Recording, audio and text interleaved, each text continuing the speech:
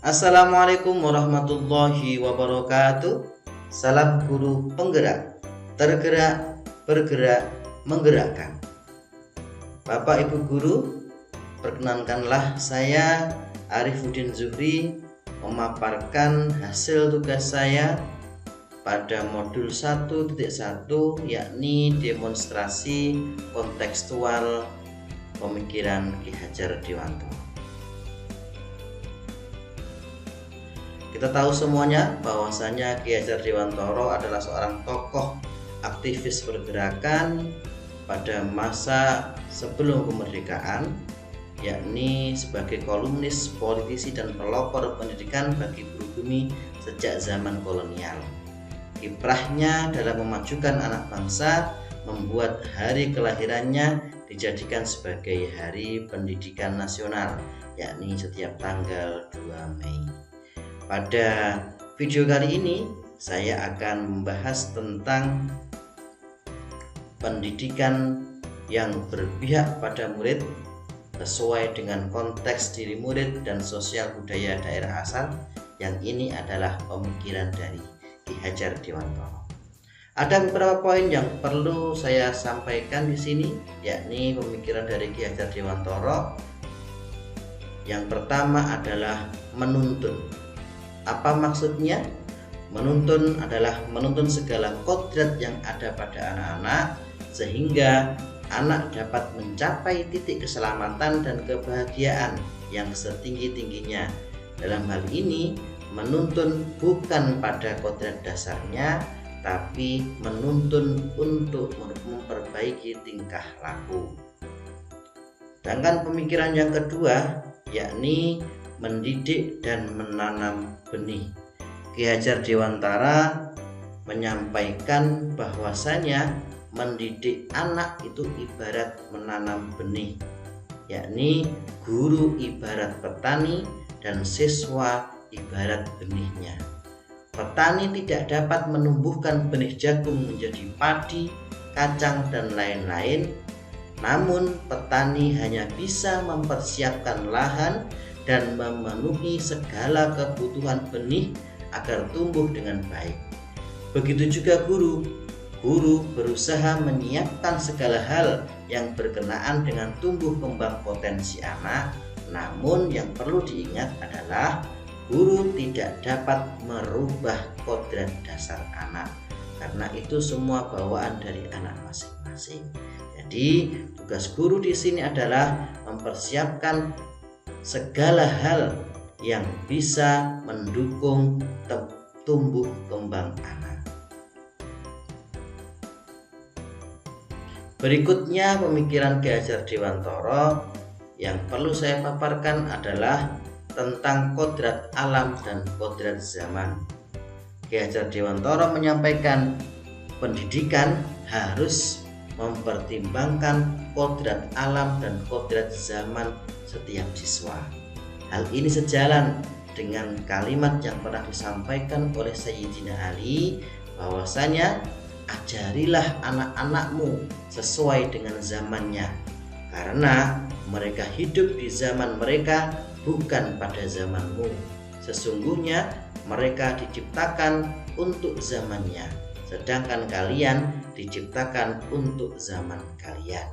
Jadi pada intinya, sebagai pendidik maka kita harus mempertimbangkan kodrat alam, yakni lingkungan di mana peserta didik itu berada. Sehingga apa? Sehingga peserta didik mempunyai identitas masing-masing dan tidak tercerabut dari sosial budayanya. Berikutnya, peserta didik juga memiliki kodrat zaman, yakni zamannya peserta didik masing-masing. Jadi sebagai pendidik tidak boleh memaksakan hal-hal yang tidak sesuai dengan zaman peserta didik sekarang. Jadi jangan sampai ada istilah dulu saya diajar begini, kamu juga harus saya ajari begini. Karena apa?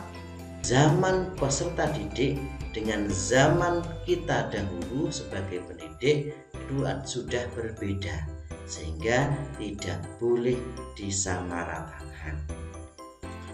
Pemikiran berikutnya terkait dengan Ki Hajar Dewantara adalah yang paling pokok, yakni sistem Among. Kita tahu semboyan pendidikan yang sangat terkenal adalah sistem Among ini, yakni ing ngarsa sung tulodo, ing madya mangun karsa, dan tutwuri handayani. Apa itu? Yakni hal terpenting yang harus dilakukan seorang guru, yakni menghormati dan memperlakukan anak dengan sebaik-baiknya sesuai kodratnya, yakni melayani mereka dengan setulus hati, memberikan teladan atau ing ngarsa sung tulodo, kemudian membangun semangat ing madya mangun karsa, dan memberikan dorongan, yakni tutwuri handayani, bagi tumbuh kembangnya anak, menuntun mereka menjadi pribadi yang terampil, berakhlak mulia dan bijaksana, sehingga mereka akan mencapai kebahagiaan dan keselamatan.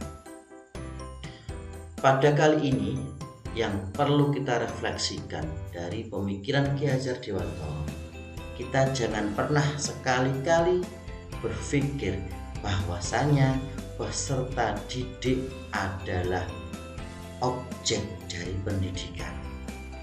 Yang harus kita pahami adalah peserta didik sebagai subjek pendidikan. Mereka berhak menentukan apa yang mereka inginkan. Itu kenapa Ki Hajar Dewantara memesankan bahwasanya guru harus bisa menuntun. Jangan sampai guru itu hanya bisa menuntut. Ini berbahaya, karena ketika kita mulai menuntut, maka siswa akan terkungkung dengan tuntutan kita.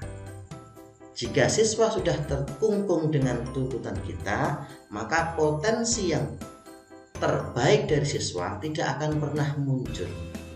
Nah, ketika potensi terbaik tidak akan pernah muncul, maka berarti siswa sudah tidak merdeka terhadap dirinya sendiri.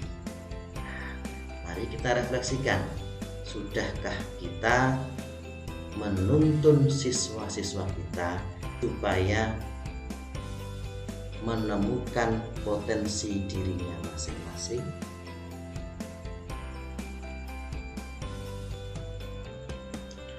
Sekian dari saya, demonstrasi kontekstual pemikiran Ki Hajar Dewantara ini.